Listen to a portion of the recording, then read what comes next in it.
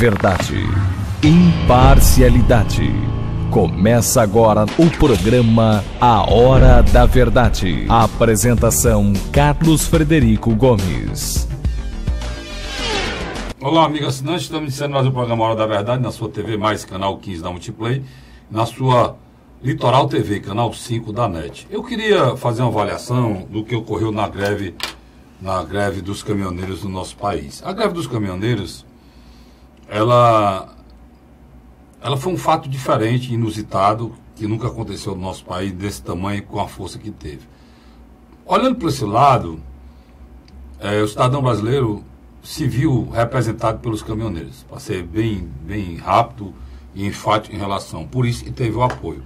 Representado como? Nós temos o governo que está aí há 2 anos, e o governo que saiu também há 2 anos, ou seja, são 4 anos que eu estou falando. Um que está terminando de 2 anos e o outro que passou 2 anos, é o da Dilma. Na realidade é um governo só, o governo Dilma Temer. O primeiro governo prometeu,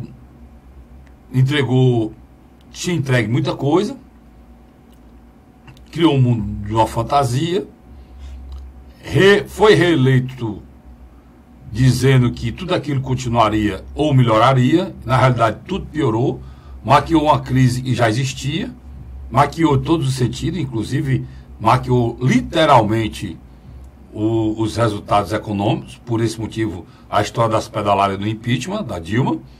E logo depois de eleito, desfez tudo que tinha dito ou tinha feito durante os 4 anos anteriores ou durante a campanha. Botou um neoliberal ao extremo, que é o Levi, para ser ministro da Fazenda, gerou uma crise, mexeu até com aposentado, mexeu até com pensionista de pescador, pra você ter ideia, que a Dilma fez. Entrou o Temer, então foi 2 anos de negação. Entrou o Temer, foi mais 2 anos de negação e perseguição, aí de uma forma muito pior, e perseguição à classe média brasileira e os mais pobres. Resultado disso, os caminhoneiros, que foram os únicos que tiveram, depois daí, a oportunidade de dizer para o governo que ele não poderia fazer o que estava fazendo com o cidadão brasileiro, virou representante da população. E aí veio tudo errado. Uma pauta que deveria ser dos combustíveis virou a pauta só pessoal, egocêntrica, egoística, né? É muito deles, que era a questão do diesel. Se é uma questão de transporte, eles poderiam ter se articulado melhor e ter envolvido todos os outros, já que pararam o país, porque os taxistas pararam porque não tinha gasolina. O Uber parou porque não tinha gasolina. As escolas, as vans escolares pararam porque não tinha gasolina, não tinha álcool. Então, se o país ia parar, por que não fazer uma pauta completa? Incompetência, egoísmo, pode dizer muitas coisas, né? Vaidade, porque durante a greve a gente passou a ter um líder por cidade. Cada cidade tinha um líder e cada líder queria dizer que parou o país. O resultado disso foi que eles conseguiram atingir, mas não atingiram o senador, não atingiram o deputado federal, não atingiram, nem o senador deixou de trabalhar por falta de gasolina, nem o deputado federal deixou de trabalhar por falta de gasolina, nenhum senador ou deputado federal ficou numa fila 4, 5, 6 horas ou deu prego de gasolina, como eu vi vários amigos meus deram prego de gasolina. Nenhum filho de senador, ou mulher de senador, ou mulher de deputado, ou mulher de governador, ou mulher de prefeito, deixou de fazer uma cirurgia porque elas foram suspensas. A cirurgia estava marcada há 6 meses, há um ano, e era para aquela data, foram remarcadas, ninguém sabe para quando. Nenhum parente de governador, de senador, de deputado federal, de deputado estadual, de presidente da República, de ministro, ficou com medo da morte, porque não tinha como fazer hemodiálise, e alguns remédios essenciais que são difíceis para a compra não foram por conta da greve dos caminhoneiros. Nenhum parente de nenhum desses homens tiveram problema com oxigênio, como teve hospitais sem oxigênio para que as pessoas estivessem na UTI e pudessem sobreviver. Não morreu nenhum com a pedrada na cabeça porque resolveu trabalhar. Um caminhoneiro de 70 anos de idade foi morto com uma pedrada na cabeça, porque resolveu trabalhar. Enfim, até mesmo para reivindicar, o brasileiro não sabe. É muito triste a situação da gente, porque você leva a tragédia ao povo brasileiro, você leva o desabastecimento. Só para você ter ideia, a greve dos caminhoneiros, que não conquistou nada, conseguiu trazer um prejuízo a esse país de 5 bilhões, olha, presta atenção, 5 bilhões de reais só no campo. Só no campo, só carne, leite, só no campo foram 5 bilhões dados, divulgados essa semana pelo IPEA. 5 bilhões só no campo. O resultado que nós estamos vivendo até hoje, você vê no supermercado. Tudo mais caro. A gasolina aumentou, não baixou mais. Eles estão brigando, confusão ainda pelos 46 centavos do diesel. O pior, que ninguém quer dar. O cara da distribuidora quer negar e o dono do posto quer comer os 46 centavos. Então, para encerrar, eu queria dizer para vocês, é triste, é lamentável aonde chegou o nosso pobre país. Eu estou impressionado com o egoísmo, com o ódio, com a raiva, com a maneira difícil que é a convivência hoje entre os brasileiros. Todo mundo é só eu. Aquela história que o Brasil era um país amável, que as pessoas eram pessoas amáveis, é pura mentira. A prova maior disso, para misturar aqui e fazer um caldo, foi o resultado que saiu agora do mapa da violência. Divulgado também pelo IPEA. Morreram 62 mil, foram assassinadas 62.500 pessoas no ano de 2016. E aquela história que eu digo sempre aqui para vocês, que tem gente querendo pegar carona na violência no estado do Ceará para ser eleito qualquer coisa, às custas da mentira, mas principalmente às custas do medo e da tragédia do povo cearense, está indo por água abaixo. O Senado da República ontem, descia um senador e subia outro falando da violência. O senador de Sergipe, eu me esqueci o nome dele aqui agora, do PSB, ele disse o seguinte: os índices de Sergipe é pior do que o de Honduras. Simplesmente lá é quase 50 por 100 mil habitantes, 50 mortos por 100 mil habitantes. O índice de Honduras é o maior do mundo, Sergipe é o maior do Brasil. O estado de Ceará fica ainda, Fortaleza fica 4, tem mais 5 na frente de Fortaleza e do estado de Ceará, inclusive Sergipe. A tragédia que querem colocar da história do crime organizado, o que eu digo aqui, está provado. Está aí o Minas Gerais, o maior estado, um dos estados mais ricos da federação, local onde saiu quase todos os presidentes da República desse país, está em chamas. Só ônibus são mais de 60 incendiados pelo crime organizado. Não acusam aqui que é o Ceará, que foram os governadores que deixaram o crime organizado tomar conta do Ceará. Repetindo para encerrar, e agora encerrar mesmo. A tal ilha de segurança que vocês querem fazer, tem uma solução para vocês fazerem. É se em vez de vocês serem candidatos a governador do Ceará, vocês serem candidatos a presidente do Ceará. Não é do Esporte Clube, não. É conseguir transformar o Ceará num país. Aí pode ser. Vocês aí mexem na lei de execuções penais, você mexe no próprio Código Penal, você mexe no Estatuto da Criança e Adolescente, vocês podem mexer na Constituição com o que for necessário, vocês fecham as fronteiras, né? Vocês podem até determinar que haja prisão perpétua para alguns casos. Vocês transformam a justiça do novo país, chamado de Ceará, uma justiça correta, rápida, não lenta e principalmente injusta como a nossa é, né?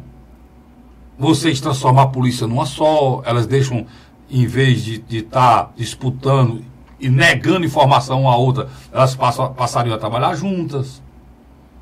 Vocês colocariam escola de 2 turnos para que as nossas crianças não fossem recrutadas pelo tráfico.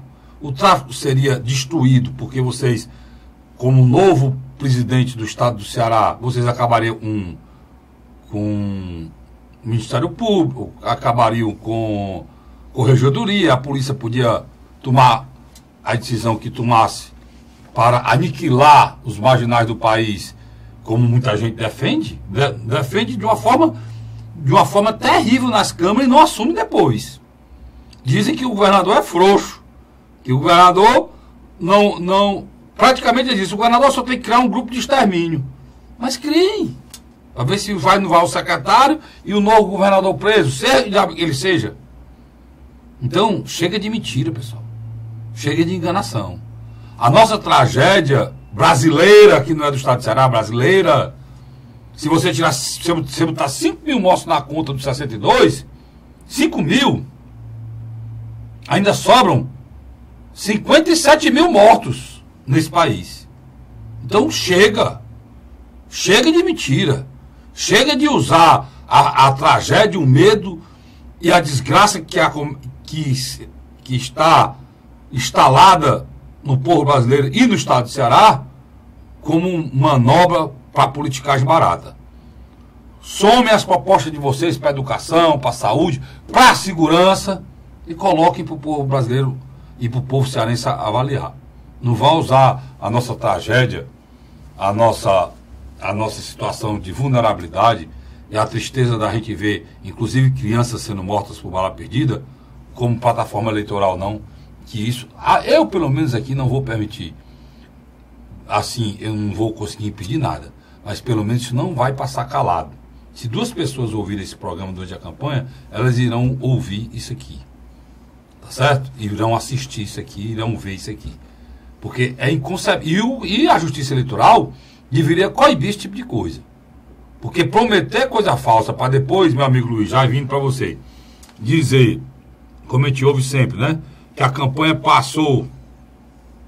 Você se lembra como é que é? Passa a campanha e diz, desça do palanque, a campanha passou, vamos se juntar, não sei o quê. Dona Paulo, os caras que não valiam nada, eram incompetentes, não faziam nada, são chamados para nem reclamar, nem cobrar as promessas que eles fizeram.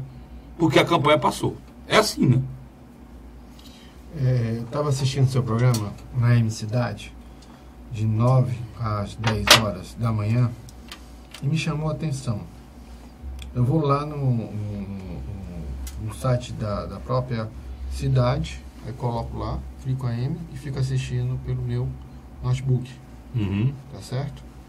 Tá certo no site da cidade, se você ouvir só no rádio, Luiz, desculpa me interromper. Não, pode ficar à vontade. Mas tem a opção do Radiosnet, né? Também, tem. Você bota lá, você assiste um aplicativo Radiosnet também, ou você bota Cidade AM 860, você ouve o programa todo dia. Eu deixo no Google Play e abaixo qual programa? Ou você bota o Radiosnet. Radiosnet, abaixo o programa Radiosnet. Ou então você entra no próprio Cidade AM 860, na hora que você entra no site tem lá, para você clicar e assistir o programa, ouvir o programa Hora da Verdade. Eu acho interessante que as suas colocações, elas são pertinentes. Indiscutivelmente, elas são sim coerentes. Por quê? De uma hora para outra, todo mundo virou agora especialista em segurança pública. Verdade. Por exemplo, eu vou dar um exemplo agora que algumas pessoas vão tomar um susto. Alckmin imitou Tasso Gereissati. Vai colocar um general para cuidar da área de segurança, do projeto da área de segurança do governo dele. Já que ele não é general João Camilo Pires de Campos. Já que ele não é general, né? Ele está usando um general para ser o secretário de segurança. Mesmo estilo. E está anunciando o general antes de ganhar a eleição. Né? Geralmente o cara anuncia o secretariado depois de ganhar a eleição. Né? O telespectador vai ficar um pouco atordoado. O que eles estão falando? Na grande realidade, após o processo do movimento, que eu gosto de dizer que é um movimento cívico-conservador, que está ganhando corpo no Brasil, liderado no primeiro momento pelos caminhoneiros, mas também tem outros setores também que se organizaram e estão colocando mesmo a sociedade num processo de conflito pré-eleitoral muito forte. Ele já demonstra alguns efeitos no campo político.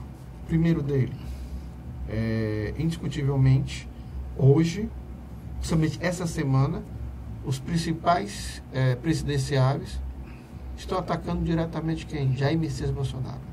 O Geraldo Alckmin chamou ele para um debate, né? Sobre segurança pública, né? Só que ele não está indo para nada, né, Luiz? Já o Ciro coloca que chamou ele para ir para um debate sobre a questão da reforma tributária. Deixa eu lhe falar uma coisa que ele não está indo para nada. Só completar seu raciocínio. Não, fica à vontade. O Roda Viva, já 2 programas seguidos, um Ciro agora, um Álvaro Dias, reclamou que ele e o Alckmin não estão marcando agenda para ir para o Roda Viva. E lá é um palco muito bom que você acompanha, porque lá você só discutir todos os assuntos, né? E hoje é um programa que, mesmo você não assistindo no dia, você pode ir no YouTube, tá lá. Fica lá o que você Fica lá. Até hoje o que o Ciro falou lá está repercutindo, né? E, por sinal, a entrevista do Ciro foi uma das melhores que ele deu na vida dele. Foi essa lá. Aquilo que nós falamos no programa passado. Ele tá mais equilibrado, mais centrado. E a prova disso, Luiz, foi essa subida dele. Né? Que a gente vai falar daqui a pouco. Imediatamente depois da entrevista, foi feita uma avaliação. Durante a semana que a semana imediatamente depois. Foi a semana a pesquisa foi isso. Pois é, imediatamente depois foi feita a pesquisa e o Ciro cresceu. E hoje, Luiz, eu estou misturando tudo aqui que eu estou me lembrando, mas é importante a gente lembrar que a gente dilui aqui. A gente dilui. Lembrar que hoje houve reclamação do Senado, de senadores do PT, da pesquisa. Mas eu acho que o senador do petista hoje não reclamar é sair fora Não, reclamando que uma coisa que você esqueceu, mas a gente vai falar, eu Luiz, aqui, a história da candidatura do Lula, cara. Não, a gente vai que parece que vão lançar daqui amanhã ou depois da manhã. Que dia é, Luiz? Agora essa semana que vem. Não, é daqui. Vou ver a data certa aqui. Vamos dar a data certa. Lançar a pré-candidatura de Lula. Pois é, aí o cara reclamando que não botaram o nome dele. Ignoraram a candidatura dele e tem mais. E botaram o nome de alguém do PT sem autorização dele. E estão colocando do outro lado, o Datafolha vai botar cenários com Lula e poucos cenários sem Lula. E a turma está reclamando que maqueia, não mostra o cenário real. Quer dizer, o que está acontecendo hoje, na minha avaliação? Uma parte da população, indiscutivelmente, já notou que Lula não é candidato. Mas, Luiz, se a imprensa quiser, eu vou ser bem claro. Aí é um lado da imprensa que a gente sabe que existe. Se a Globo, a Bandeirantes, a Record, SBT quiserem boicotar, ou seja, não lembrar essa candidatura, que na realidade é uma loucura, uma pessoa presa, ela morre. Desestabiliza mais do que a mídia lembrando, eles não estão conseguindo manter isso. O Lula está ficando praticamente esquecido. Cara, deixa eu pontuar algumas questões aqui interessantes. Primeira coisa, indiscutivelmente, houve a consolidação de Jair Bolsonaro. Ele está investido nas redes sociais, não vai aos debates, como você bem colocou, e nem vai também a fórum de discussões onde ele pode se prejudicar pelo deslize que ele vier a cometer. Mas é interessante, esse movimento cívico e conservador ao redor do Bolsonaro tem ganhado musculatura eleitoral. Tem ganhado. É uma candidatura que tem entre 14% a 16%. É espontâneo. É muito. É muito. E quando ele é estimulado, estimulado, ele fica entre 17 e 22. Vamos dar não, essa última aí do 25. Ele fica entre 21 e 25. Quer dizer, ele, sem dúvida, está indo bem. Uma candidatura que literalmente se desintegrou, Geraldo Alckmin. Dizem que até no almoço com alguns membros da cúpula do partido, ele se destemperou. Ele se destemperou e perguntou se não querem, diga outro nome aí. Porque, mas essa aí é um recado para quem? Fernando Henrique Cardoso. Inclusive estava lá. Deixa eu colocar. Estava lá não, estava a pessoa dele lá. Deixa eu colocar uma coisa aqui. O Bolsonaro, você já sabe, está forte na espontânea, é forte, e é uma coisa, para mim, uma constatação. É uma candidatura consolidada ao segundo turno. Para mim, eu posso até errar, mas vocês vão poder ter a oportunidade lá na frente, se eu queimar a língua. A gente fala aqui também. A gente fala aqui sem problema. Para mim é uma candidatura. A outra candidatura que eu acho com chance de chegar lá é uma candidatura ou do candidato indicado pelo Lula ou do Ciro, se o Ciro conseguir ultrapassar esse candidato indicado pelo Lula, ou se ele for o próprio indicado. Mas eu achei interessante. Se ele for o próprio indicado, ele consegue. Eu já estou deixando o Bolsonaro de fora, tentando o Ciro, para a gente organizar aqui, porque são muitas candidaturas. Então vamos falar do Ciro agora. Se ele for indicado, Luiz, praticamente você polariza essa eleição. Mas eu acho que ele não precisa mais ser ungido pelo Lula, não. Ele está começando a ganhar uma marca própria. O PCdoB, com a Manuela Dávila, já está recuando. Mas estou dizendo, vai apoiar o Boulos? Não, isso aí é uma tentativa, eu acho que é uma valorização do passe. A valorização do passe que é natural, nessa altura do campeonato. Eu acho que não é inteligente. Eu acho que é uma política pequena. Do outro lado, você tem um PSB, já fechou em Minas Gerais, apoiando o Márcio Lacerda. PDT e PSB. Eu acho que está muito próximo. Está muito próximo. E aí sim, você consolida, consolida a candidatura do Ciro, e aí me perdoe aí a avaliação que eu faço aqui, sem torcer por ninguém, não torço por ninguém, mas se isso acontecer, PCdoB, PDT e PSB, durante a campanha eleitoral, o Ciro tem muito mais condições de crescer e ultrapassar o Bolsonaro. Sem um Lula perto dele. E é melhor ainda. Pronto, melhor ainda. Sem um desgaste e o PT carrega com ele. Por que é que eu estou dizendo isso? Porque o Jair Bolsonaro não conseguiu uma coisa simples na política. Ele conseguiu um fato espetacular, Luiz, que é se cacifar, se autopromover. Como líder individual. E é como se fosse a candidatura do Bolsonaro, é como se fosse a candidatura independente lá nos Estados Unidos. Coisa que nunca se conseguiu chegar no segundo turno. Aqui no Brasil não tem candidatura. Mas agora, se você perguntar ao eleitor do Bolsonaro, que não é ligado na mídia, mas que é um eleitor do Bolsonaro convicto, você perguntar qual é o partido dele, ninguém sabe. A turma brinca só que é o 17. Ninguém sabe o partido dele. Por quê? O partido do Bolsonaro é o PSL, e o PSL não tem estrutura nem nos estados, e nem tem estrutura e tempo suficiente para que ele se mantenha na campanha. Esse é o grande problema da candidatura do Bolsonaro. Mas ele vai fechar a coligação. Vai fechar a coligação. Agora, como ele tem um percentual eleitoral muito forte, ele vai fechar. Ele vai conseguir fechar. Por exemplo, ele tem a possibilidade já de fechar um PR. E o PRB. Se o vice for o Magno Malta. O Magno Malta, que é um excelente vice mesmo, porque é uma pessoa com muita verbologia e, além de ser uma pessoa que ele tem a simpatia, né, do povão, pessoal, do povão, da população mais humilde. O Magno Malta tem, é o senador mais popular do Senado Federal. Então, essa é a situação do Bolsonaro e do Ciro. Eu vou para um rápido intervalo, o Luiz está parado aqui olhando para a pesquisa, estátua, vai se mexer, nós vamos voltar falando da situação do Alckmin, da situação do Álvaro Dias e dos outros, e refazendo aqui a projeção do Ciro e do Jair Bolsonaro no crescimento dos dois, que uma polarização que está já acontecendo. Próximo de acontecer, e vamos avaliar a situação do ex-presidente Lula também. Sai daí não, a gente volta já já. A Hora da Verdade.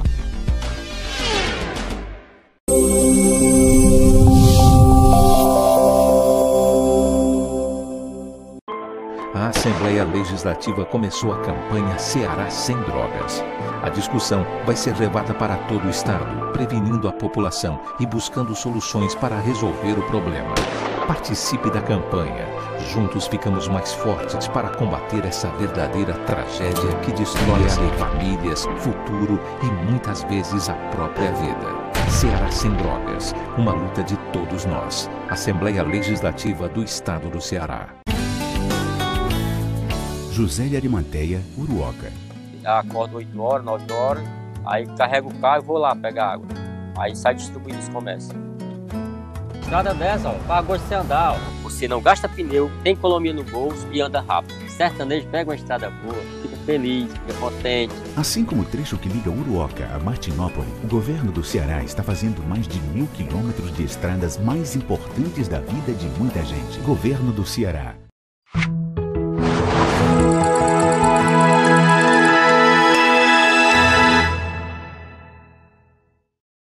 A Hora da Verdade. Estamos de volta com o segundo bloco do nosso programa A Hora da Verdade, na sua TV+, canal 15 da Multiplay, e na sua Litoral TV, canal 5 da NET.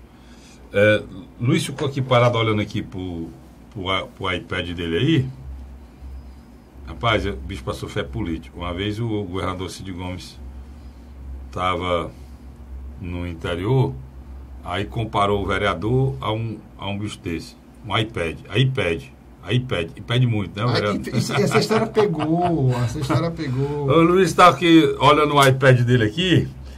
E deixa eu dar uma focada aqui, Vicente, por favor, para você mostrar aí como houve a reclamação no Senado era essa daqui, ó. Reclamação no Senado, se o meu amigo Vicente puder focar, basta o dedo aqui, Luiz. Aqui é essa. Esse é o quadro mais plausível. Esse quadro aqui é o que estão colocando hoje em relação às eleições hoje, ó. Jair Bolsonaro, com 25 pontos, Ciro Gomes com 12 pontos, deu um salto. Fernando Haddad, esqueceram o Lula e botaram o Fernando Haddad, botaram o PT, claro, em terceiro lugar. O Geraldo Alckmin em 7, o Álvaro Dias em 6 e a Marina Silva com 6. Esses são os candidatos com chances de ir para o segundo turno, né? É o que deve ser analisado com a realidade. É o que nós vamos analisar aqui agora. E aí, Luiz, obrigado, Vicente. Aí a revolta dos senadores do PT, o Luiz, já falando do Lula, é essa questão, cara, em relação a não colocar o Lula. Mas você acha que está errado? No caso aí, quem fez a pesquisa foi o Poder 360, né, Luiz? 10.500 pessoas foram entrevistadas. Então, por telefone. Então, vamos começar a amostragem grande. Vamos começar a avaliar isso. O que diferencia essa pesquisa da outra é que geralmente as outras pesquisas são feitas com 2.000, 2.500 entrevistados. No máximo 3.000. No questionário. Essa daí foi mais de 10.000. 1.500. Então, por que, Castilho? Porque no universo de um país que tem dimensão continental, que tem 100 milhões de eleitores, né, Luiz? Né? A metade, vamos botar 80 milhões de eleitores. Você pesquisar 2.000 é uma amostragem muito pequena. É você entrar numa granja, porque você pode chegar numa granja que tem 4.000 frangos, aí você pesa 100 frangos, você tem um percentual do peso dos outros. Não é como entrar na granja e pegar só 2. Se eu pegar 2 doentes que não cresceram direito, eu não vou ter a amostragem correta. Já exatamente isso aqui, o que fizeram. Essa pesquisa, ela tem uma credibilidade maior, e a margem de erro deve ser menor até, porque são mais entrevistados. 1,8. 1,8. Por quê? Porque são 10.000, né? Então a margem de erro é menor. Segundo ponto, que é fundamental a gente dizer. Ela faz uma amostragem em relação ao que está colocado aqui hoje. Por que é que ela tira o Lula? Porque o Lula está preso. Como você já ouviu falar na história da humanidade, pode acontecer, mas na história desse país, um candidato a presidente da República preso, principalmente na época de hoje, como é que ele vai fazer campanha, como é que ele vai? A legislação permite que ele a sua cela seja transformada no estúdio, Luiz? Então, um detalhe nessa pesquisa, que o Ciro deu a entrevista no dia 28. Ela se iniciou no dia 25 de maio. Quer dizer, quando o Ciro falou no dia 28. Então só teve a repercussão da pesquisa, do material que jogaram nas redes sociais, do Ciro falando no Roda Viva, dia 29, 30 e 31. Então é provável que seja maior. Ele tenha crescido, depois de fechada a pesquisa, um pouco mais do que a relação que está aqui. Quer dizer, é um dado peculiar que às vezes as pessoas não percebem. O que eu tenho sentido por uma parte da imprensa nacional querendo comparar o Ciro ao Bolsonaro como dois candidatos de desestabilização do mercado. E não são. Não são. Essa semana mesmo... Ciro não, Ciro... Essa semana mesmo, quando questionaram o Bolsonaro sobre a taxação de grande fortuna, ele disse que nunca faria isso. O Ciro já fala e faria. Eu estou dizendo para você que o próprio Bolsonaro ele tenta sinalizar para os setores de poder aquisitivo maior. Sabe por quê? Ele é o candidato que tem mais voto nessa classe. Mas na realidade não tem esse medo do Ciro, não. Por quê? Porque ele é ministro da Fazenda. Também concordo com você. Então não tem nada de... O cara foi ministro da Fazenda, cara. Ministro da integração também. Não, mas foi ministro da Fazenda, cuidou da economia. Qual o método de certeza? O cara já passou por lá, não destruiu nada. Então... Segurou o Plano Real. Segurou o Plano Real. Então eu acho que isso aí é balela. Agora é importante a gente colocar o seguinte, ele veio no estágio de crescimento. E eu noto isso pela preocupação das redes sociais, Luiz, de partir para cima. Não é? de mostrar vídeos antigos, procurar desqualificar. Soltaram agora um fake news agora sobre ele, que ele teria dizendo que iria diminuir o salário dos médicos. Mentira, né? Soltaram agora, né, também sobre isso aí. Então, existe uma preocupação grande com o crescimento dele. Não sei se você concorda. Concordo. E principalmente porque o outrora bloco liderado pelo PSDB, com alguns partidos de perfil direitista e fisiológico, evaporou-se.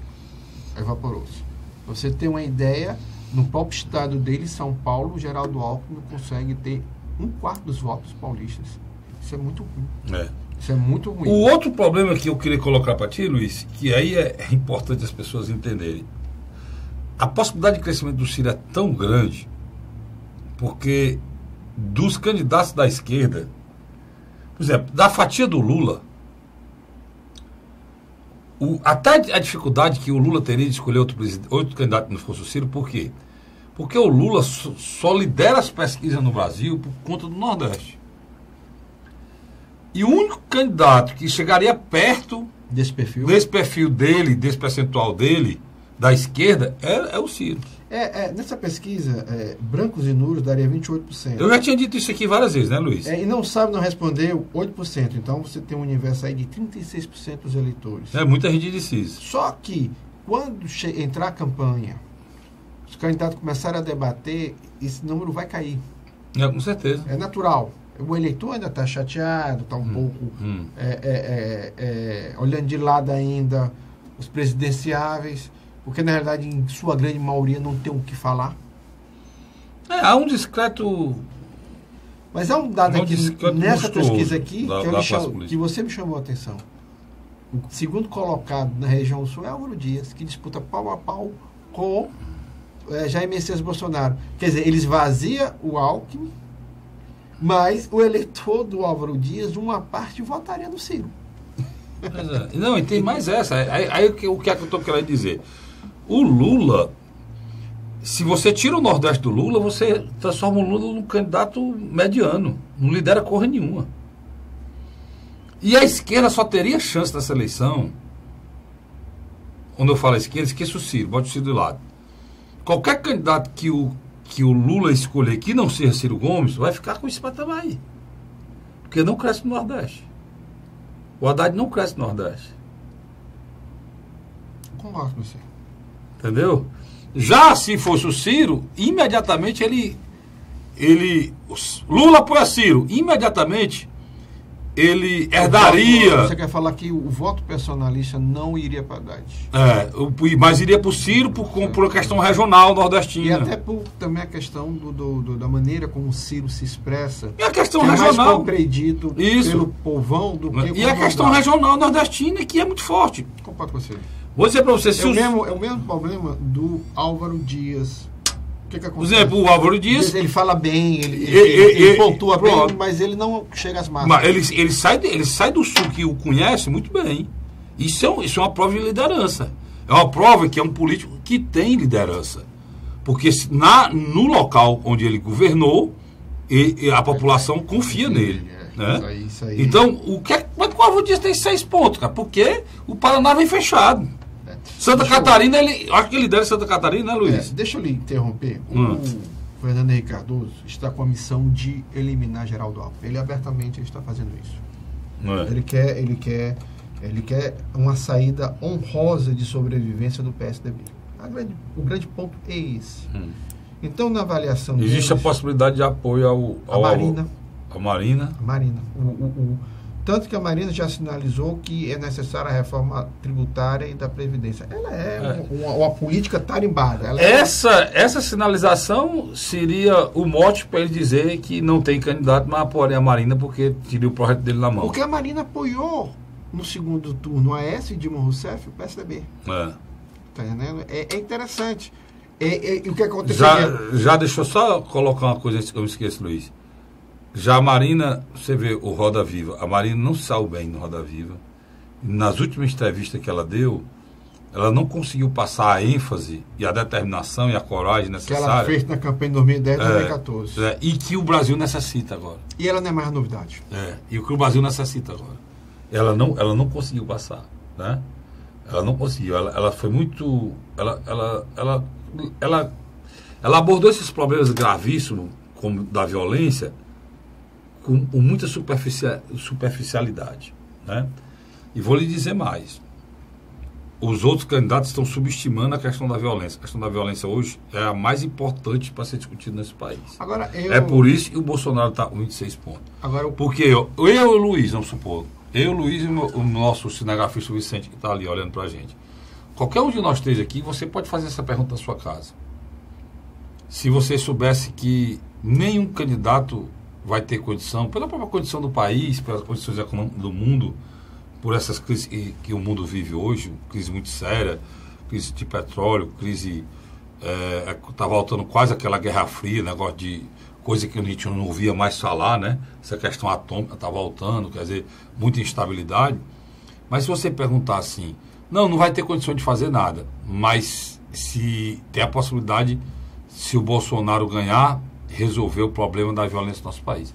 Pode ter certeza que qualquer um, pode ter a raiva que tiver dele, vai ver, rapaz, se não tem outro jeito, resolver pelo menos isso, eu voto nesse cara aqui. Como é que no interior a turma disse? Não tem tu, vai tu mesmo? Pronto, não tem tu, vai tu mesmo.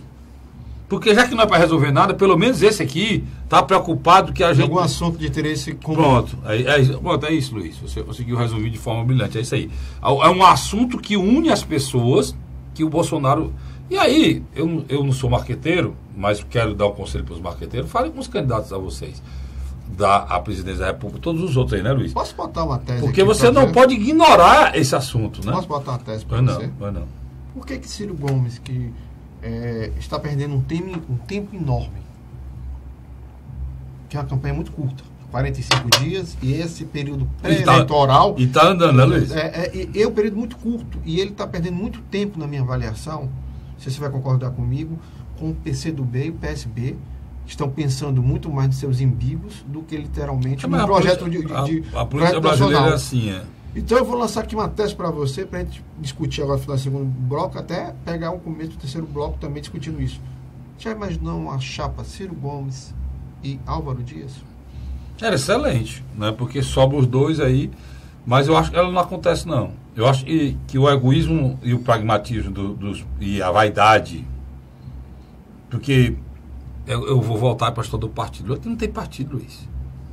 Aqui não tem partido. Nenhum aí tem partido. Nenhum dos dois. Os dois citados aqui... Nenhum aí tem partido. Aí não tem partido. Aí tem pessoas. A Marina é maior do que a Rede. O Álvaro Dias é muito maior do que o Podemos. O Ciro Gomes é maior do que o PDT. Né? O Alckmin é maior do que até o PSDB. Talvez nem seja. É o único que não seja maior que o partido aí. Né? O Jair Bolsonaro é maior do que o PSL. Quem está faltando aí? O Fernando Haddad. O Fernando Haddad não é maior do que o partido, mas o Lula é muito maior do que o PT. Então, nas eleições do nosso país, essa questão aí é... O Fernando Haddad tem uma marca reconhecida como uma pessoa séria. É engraçado, ele não chega a ser visto como um petista linha dura. É interessante isso. A gente teria um enfrentamento muito sério e praticamente decisivo em resolver a questão da polarização se o PT apoiasse o Ciro. Coisa que eu não acredito que acontece nunca. Nesse ponto, a Gleice Hoffmann tem razão. Isso não aconteceria nunca. O PT, se não for o Lula, vai com o Haddad. Agora, eu estou impressionado com a revolta, com a ira daquele senador de Pernambuco, Humberto Costa, junto com Gleice Hoffmann, junto com o senador Lindenberg Farias, e praticamente nenhum deles volta, né, Luiz? Nem Gleice Hoffmann. Posso fazer uma pergunta para você? E eu estou impressionado com a revolta deles, porque eles não aceitam de maneira nenhuma que se coloque outro nome que não seja o do Lula, brigando para levar o país a uma situação de insolvência. Deixa eu fazer uma pergunta aqui no final do segundo bloco. Cadê o nosso amigo José Pimentel? Pois é, ainda falaram que podia ser candidato. A gente não se lembra nem se ele é senador. Imagine ser candidato à reeleição. Tem algumas coisas que é preciso as pessoas encararem com mais seriedade. Porque o que eu estou querendo dizer antes de ir para o intervalo, para a gente voltar no terceiro bloco? Luiz, o que eu estou querendo dizer? A imprensa brasileira, a Rede Globo, principalmente, está brincando com a democracia. E... Ela está tentando desconstruir a classe política, né? Não, desconstruiu a classe política. Agora ela partiu para desconstruir uma opção que o povo brasileiro teve, que é olhar para uma instituição que o brasileiro respeita, que é as Forças Armadas. Ela iniciou um processo, Luiz, de destruição das Forças Armadas. A gente vai iniciar o terceiro bloco explicando isso falando melhor. sobre isso aí, que é para atingir o Bolsonaro. E o PT, junto com a Globo, por outro lado, está brincando com a democracia brasileira. Nós estamos passando pelo maior teste que a democracia brasileira passou nesses 30 anos que a gente tem de democracia plena. Estou falando de 1988 a 2018. Coincidentemente, está fazendo 30 anos dessa Constituição cidadã esse ano. Simbologia, né? E as pessoas estão brincando com isso. Estão brincando de uma forma que a gente pode até ter um problema sério de querer migrar para a Venezuela, mas lá está ruim. A Venezuela está vindo para cá porque eles brincaram com a democracia venezuelana. E a Globo e o PT estão brincando com a democracia brasileira. Né? Eu não sei quanto tempo eu tenho, mas eu quero entrar nesse assunto com o tempo. Né? Mas eu vou pro intervalo e volto falando sobre isso. Isso é uma coisa muito séria. Né? A gente falou aqui da eleição, mas continuar do jeito que estão fazendo, pode não ter eleição. Pode não ter eleição. Né? Sai da noite e volto já já. A Hora da Verdade.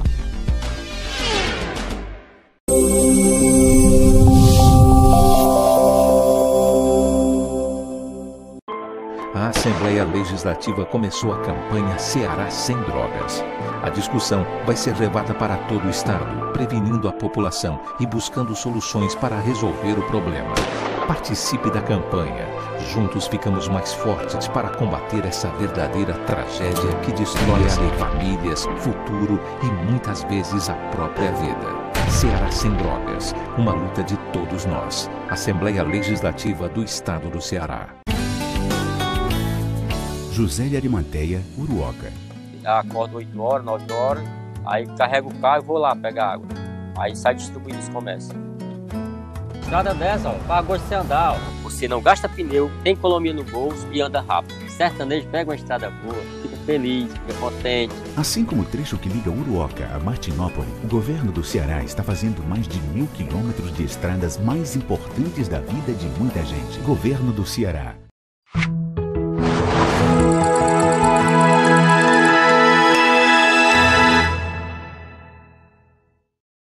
A Hora da Verdade. Estamos de volta com o terceiro e último bloco do programa Hora da Verdade, na sua TV, mais canal 15 da Multiplay, e na sua TV, na Litoral TV, canal 5 da NET. Olha, estava aqui nos bastidores conversando com o Vicente e com o nosso companheiro Luiz Cláudio, quando eu falei no bloco anterior, da questão do desgaste político. A Rede Globo Televisão, ela destruiu a classe política brasileira. Ela destruiu mesmo. Ela transformou a classe política brasileira em lixo. As pessoas têm raiva de político hoje como tem raiva de um marginal. Eu já contei aqui uma vez que eu estava comprando um frango ali na Barão de Stuart, aqui em Fortaleza, e passou um vereador. E um desses franelinhas, inclusive aparentava ser um usuário de droga. Um usuário de droga. O vendedor disse assim: olha o vereador, tal. Aí o franelinha, o usuário de droga, disse assim: esse quer salar esse vereador, esse vagabundo ladrão. Quer dizer, existem vereadores honestos nesse país. Eu conheço vários. Existem vereadores homens de bem. Tem vereadores aí de todo tipo. Tem vereadores juízes no Brasil e deixaram a carreira para ser vereador. Tem advogados que deixaram para ser vereador. Tem delegados da Polícia Federal vereador. Né? Tem homens de bem que lutam contra a corrupção lá dentro, que é a pior maneira de lutar. E sofrem muito. E hoje são taxados de vagabundo. O que eu estou querendo dizer é que a classe política destruiu os homens, destruiu todos. Destruiu a Rede Globo Televisão, destruiu todos. E isso para a democracia. Não existe democracia sem político. O Vicente estava me contando que foi numa reunião de síndico. E essa, assim, tinha uma senhora lá que era candidata, estava prestes a ser eleita, que era na besteira de dizer no final, que ela era assessora do deputado. Foi vaiada. Vaiada e humilhada por ser assessora de um deputado. Não disse nem o nome do deputado. Não precisou dizer se o deputado prestava ou não. Bastou dizer que era assessor de um político. Foi o suficiente para ter só o voto do pai, da mãe e do irmão. Como o meu companheiro aqui, cinegrafista, está dizendo. Quer dizer, você chega a um ponto nesse país, Desqualificação. Luiz, que a gente não sabe o que vai acontecer, cara. A gente já sabe, né? A gente está falando aqui agora, e aí vou me recorrer aqui do Luiz. Luiz, houve eleição agora fora de tempo do Tocantins. E até muita gente usando que a Cátia Abreu perdeu porque era ligada ao PT. Mas era do PMDB, né? Ela é do PMDB. Está no PDT. Então, pois é, está no PDT. Mas ela é do PMDB há bem pouco tempo atrás. Luiz, mas o que chamou a atenção não foi isso, não. O que chamou a atenção, Luiz, foi a abstenção, né? Enorme. Abstenção de quase 40%.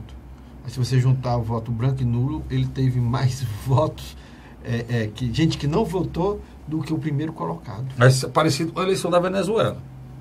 Do Amazonas também. Você lembra que eu fiz uma conta aqui da eleição da Venezuela? No final, só 18% votaram no Maduro? Se você tira os adversários dele, mais de 50% não foram para as urnas. E junta os dois adversários dele, um tirou 22, ou tirou 15, ele tirou 33 dos que votaram. Se você soma, dá 80 e tantos por cento dos eleitores não votaram nele, ou votaram em branco ou nulo. Ele só teve, ele é mesmo roubando a eleição, ele é um presidente ilegítimo. Então nós podemos chegar nessa situação. E você sabe o que é isso para o nosso país? O que o Carlos Frederico está querendo dizer é o seguinte: após a redemocratização, em 85, havia, por parte da população, tanto aqueles com mais de 45 anos e os mais novos, entre 30 e 16 anos, uma esperança, né? Uma esperança de novos tempos, de mudança. Depois de 88, cara, era um sonho, Luiz, era um sonho dourado. Nós íamos voltar para presidente, quer dizer... Você vê, a gente vinha muito motivado com aquela emenda do Dante Oliveira, que era o voto para presidente da República. Aquelas grandes manifestações. A votação da direta já. Nós tínhamos homens emblemáticos como Ulisses Guimarães, Teotônio Vilela, nós tínhamos Tancredo Neves. Quer dizer, eram homens de muito caráter, né? Então, o que é que você vê hoje, na minha avaliação? Você vê hoje um cidadão chateado, pauperizado espiritualmente na questão cívica, pauperizado na questão cívica. Eu nunca vi um período antes da Copa ou em cima da Copa tão desanimado como essa. Inclusive, eu estou ocupando dos vendedores de bandeira do Brasil, que está aí, tá as bandeiras tudo aí morfando aí nas lojas. Nas lojas você passa, o cara diz, não, doutor. Por exemplo, muitas lojas encomendaram televisões. Tem gente que pensa, isso é bom, isso é péssimo. Que deixa de movimentar a economia. Um povo sem esperança, Luiz, é um povo fadado ao insucesso, fadado à incerteza, fadado ao conflito, ao confronto e ao desastre. E o pior é que você falando, Luiz, eu estou me lembrando aqui do período da greve dos caminhoneiros. A Globo, de uma forma até surpreendente, diz, rapaz, é preciso ter mais tolerância. Eles falando em intolerância, quando toda intolerância que existe foi criada por eles. Alimentado, né? Por quê? Amigo, você denuncia a corrupção, e os corruptos, e parte para acusar e para sentenciá-los quando existe uma sentença judicial. Foi o que a Globo fez. A Globo nivelou e transformou toda a classe política em vagabundo. O duto dela com o dinheiro saindo está em qualquer reportagem de qualquer pessoa. Se surgir uma denúncia contra o Luiz aqui ou contra mim, mentirosa, na hora de falar que se for envolvendo na Petrobras, vai sair o duto atrás e o dinheiro. Como se a gente já fosse condenado pela Globo. A Globo virou um tribunal de inquisição que destruiu a classe política. O problema é que isso não vale nada pra gente. O problema é que ele não botou nada no lugar, Luiz. Tentaram, né? Tentaram. Mas o que é que acontece? Agora, mal sabe ela que esse veneno pode se voltar contra ela. É porque quando eles criaram Fernando Collor de Mello, eles criaram em 1987. Então eles tiveram 2 anos, porque ele se elegeu em 86, na onda do Plano Cruzado, onde só no estado de Sergipe um candidato do PFL ganhou, mas logo depois muda para o PMDB. Então o PMDB teve, a partir de 87, todos os governadores do Brasil. É um dado interessante isso. E o que aconteceu? Quando criaram o Collor, plantaram ele em 87, tiveram 88 e começo de 89 para fazer com que ele crescesse. Aí vamos só botar molho no que o Luiz está dizendo. O que foi que aconteceu? Eles criaram uma revolta nacional contra os grandes salários. Eram os marajás. E começaram a mostrar o Collor como governador, destruindo os grandes salários. Um homem eficiente. E transformaram o Collor, que era um playboyzinho, filhinho de papai, né, cheio de esquema a vida toda, inclusive uma afiliada da Globo lá dele, né?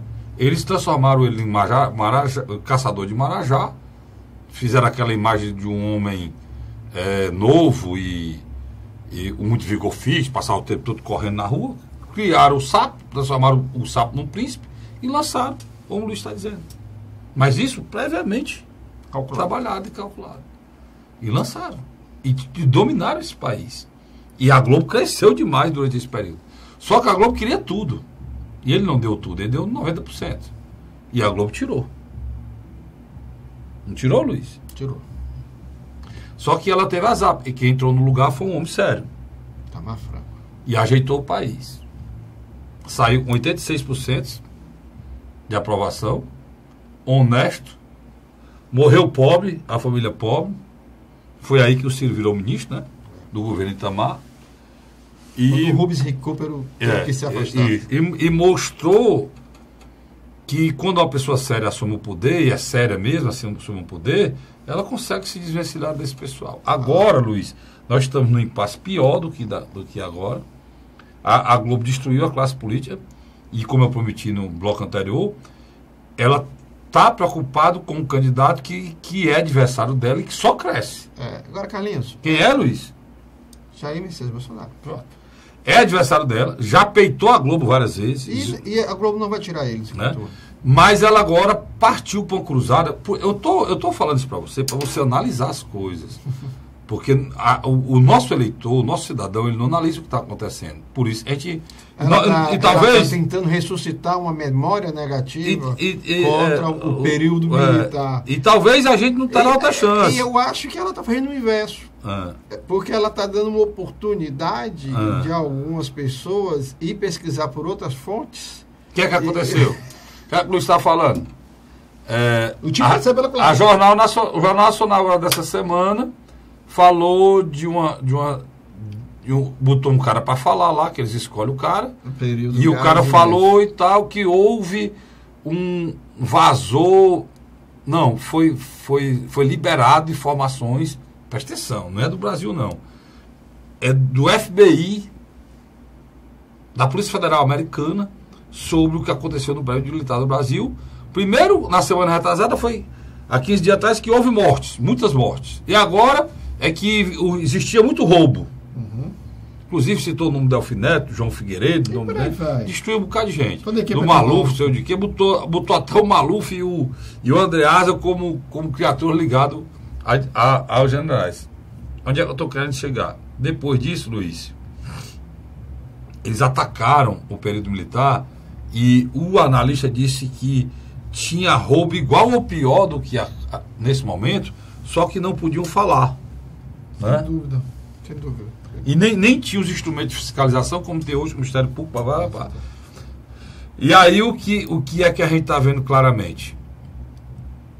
Por que é que você acha que é armação? Porque isso foi divulgado em 2015, meu irmão. Veio à tona agora. Nós estamos desde 2018, isso é um prato requentado e solto agora para atingir a única instituição que o povo brasileiro confia, que é as Forças Armadas. Eu, Caspirico, acho que no lugar de militar é nos quartéis. Que a Força Armada Brasileira devia ajudar o Brasil na questão da violência. Nós não temos por que ter 400 mil soldados dentro de quartel e o povo brasileiro morrendo na rua. 62 mil pessoas foram mortas. É mais do que uma guerra. Aí as Forças Armadas poderiam e deveriam nos ajudar, inclusive com o poder de polícia, determinado por um presidente democrático, eleito democraticamente, mas dizendo que eu não vou deixar o meu povo morrer quando eu tenho 400 mil soldados dentro do Exército. Porque a questão da segurança pública é também do governo federal. Mas eu não sou a favor de... Como é que estavam pedindo na greve? Intervenção não tem nem perigo de ser a favor disso. Agora, a Rede Globo de televisão se achar no direito de atingir as Forças Armadas brasileiras, porque, olha, o caminho é perigoso, viu, Luiz? E essa história que o Vicente falou aqui, só para terminar, é a prova maior que quando a gente não consegue ouvir que uma pessoa é assessor de um deputado, que isso é motivo para desqualificar e transformar aquela pessoa no marginal, nós precisamos nos preocupar com política no nosso país. Carlinhos, essa semana que está findando, o governador Camilo Santana fez 50 anos.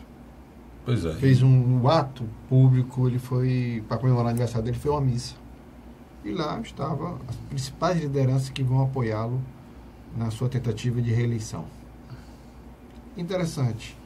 O que me chamou a atenção, o ex-governador Cid Gomes demonstrou que dificilmente ele sairia numa chapa coligada com PDT e PT, mas que não impediria dele sair numa outra chapa, uma coligação branca, né?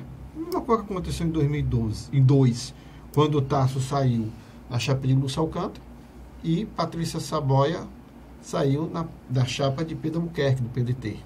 Quem foi eleito? Os dois senadores. Por quê? Lúcio Alcântara e Patrícia Saboia. Não. Tasso e Patrícia Saboia. Tasso e Patrícia Saboia. Pois é. Então, só que essa história agora em 2018... Tudo isso porque o Ciro não quer que o PMDB coligado com o PDT no Ceará. Nem o Estado brasileiro. Bom. Agora, bicho, perfeito, eu concordo com o Ciro, perfeito, eu acho, mas o momento que a gente vive, Luiz, pode estar errado, né? Mas o momento que a gente vive exige mais transparência, exige mais responsabilidade e exige mais respeito ao eleitor. O eleitor não é burro, né? Inclusive nós estamos falando aqui o que eles estão falando que o eleitor não vê. Então o eleitor não é burro. Então para que isso? Eu também acho que seria muito mais fácil o Ciro Gomes vir para a televisão e dizer, olha, o Eunício Oliveira era parceiro do governo do estado no tempo que meu irmão era governador. Ele foi eleito senador no tempo que meu irmão era governador, não foi isso? Uhum. E rompeu porque queria ser candidato, não foi escolhido, o escolhido foi o senador, resolveu voltar, mas no Ceará essa parceria existe há muito tempo e eu não tenho como evitar isso lá no Ceará. Pronto, acabou-se. Eu não tenho como evitar isso no Ceará. Mas, preferencialmente, a cúpula do partido, eu não concordo, não discordo e vou combater o tipo de política que o MDB faz. Mas acabou-se, cara, né? Acabou-se, a sinceridade, a seriedade. É isso que eu acho que o eleitor quer ouvir, né? Luiz, eu já fui vítima, eu comecei minha vida pública, eu já fui vítima de uma situação muito mais grave do que essa, vítima do próprio Ciro na época, que achavam que eu tinha que aceitar uma coligação com pessoas que destruíram o município, mas que tinham força para ganhar a eleição. Simplesmente eu deixei a vida por isso. Porque eu não abri mão de luta minha contra, porque para mim, o meu município, eu lutava, era um município, aquelas pessoas mereciam tudo de mim. Merecia a minha honestidade, a minha seriedade, merecia que essas pessoas que usam os recursos do município, o dinheiro público como fisiologia, né? Não, usa o dinheiro público como se fosse deles. Patrimonialismo. Que chupam a laranja e rebolam no cesto enquanto se nega um remédio a uma pessoa com doença grave. São as mesmas pessoas que rasgam, que brincam com o dinheiro público. Então, você luta contra tudo isso. E depois, na hora de esperar o apoio, né, as pessoas querem lhe impor É a mesma coisa, cara. Uma agenda... Me impor coligação com pessoas que não vale a pena, é a mesma coisa. Então, talvez ele esteja passando hoje, né? O que você faz com um, você recebe depois. Então, eu acho que o caminho é outro. Eu acho que o caminho é o Ciro ir para a televisão, dizer o que disse aqui, responder claramente. Rapaz, essa coligação já existe há muito tempo. Eu não estou fazendo agora depois do que aconteceu, não. Só voltou. Não é, Luiz? Eu também concordo com você. Agora, você disse uma coisa para mim que é o Santo Grau. Essa briga aí desses caciques, eu vou usar o termo caciques, se a população não está acompanhando, está acompanhando. O desgaste que enfrenta hoje Domingos Filho por conta desse coisa, quem é que são? O Domingos Filho, né? E o Eunício. O Genesias não bota essa conta, não. O Genesias, como ele está no Partido Independente, a sua eleição dele e da esposa dele é independente. É independente, não depende de nenhum dos dois. O caminho dele é independente. Ele chegou à época da eleição, ele teve que tomar decisão, tomou a decisão de ficar com quem tem feito alguma coisa nos municípios que ele representa. Né? Inclusive, parece que conseguiu agora, Luiz, o raio para o município dele, Parambu. Né? Depois que ele tomou a decisão, já vinha lutando e tal, o governador Câmara Santana conseguiu o raio. Então, ele está trabalhando para o município dele. Agora, meu amigo, pessoas que partiam para o ataque, que houve todo aquele conflito. A Assembleia foi o palco triste desse conflito. Havia algumas sessões na Assembleia que a gente pensava que ia morrer gente, né? Ligadas ao Domingos Filho, lá naquela confusão. Agora há um silêncio. E o Eunício agora, de uma hora para outra, é justamente isso. O eleitor, o Luiz está colocando, né, Luiz? Fica desacreditado. Ele desacredita totalmente desse processo aí, desses palanques. Por isso que eu acredito, Carlos Frederico, que nos nossos próximos programas a gente vai dar mais ênfase à questão estadual nesse sentido, né? Porque, querendo ou não, a gente como formador de opinião, às vezes as pessoas vêm reclamar, né? Vêm dizer, rapaz, político tal, não sei o quê, como é. Não, esse exemplo que o Vicente botou pra gente aqui é um exemplo claro, Luiz, nós temos que se preocupar, porque, olha, não tem mudança na vida de ninguém se não for através de política. Não existe, pessoal.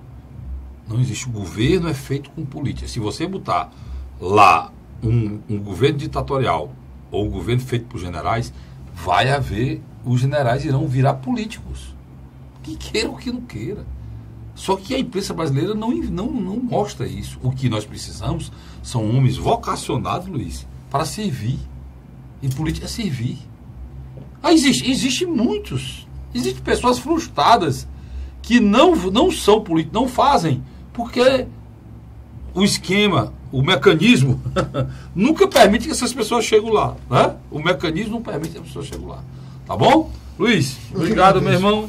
Obrigado você, assinante. Eu volto na próxima semana, se Deus quiser, com o programa Hora da Verdade. Obrigado pelo carinho, obrigado pela audiência. Até lá, se Deus quiser.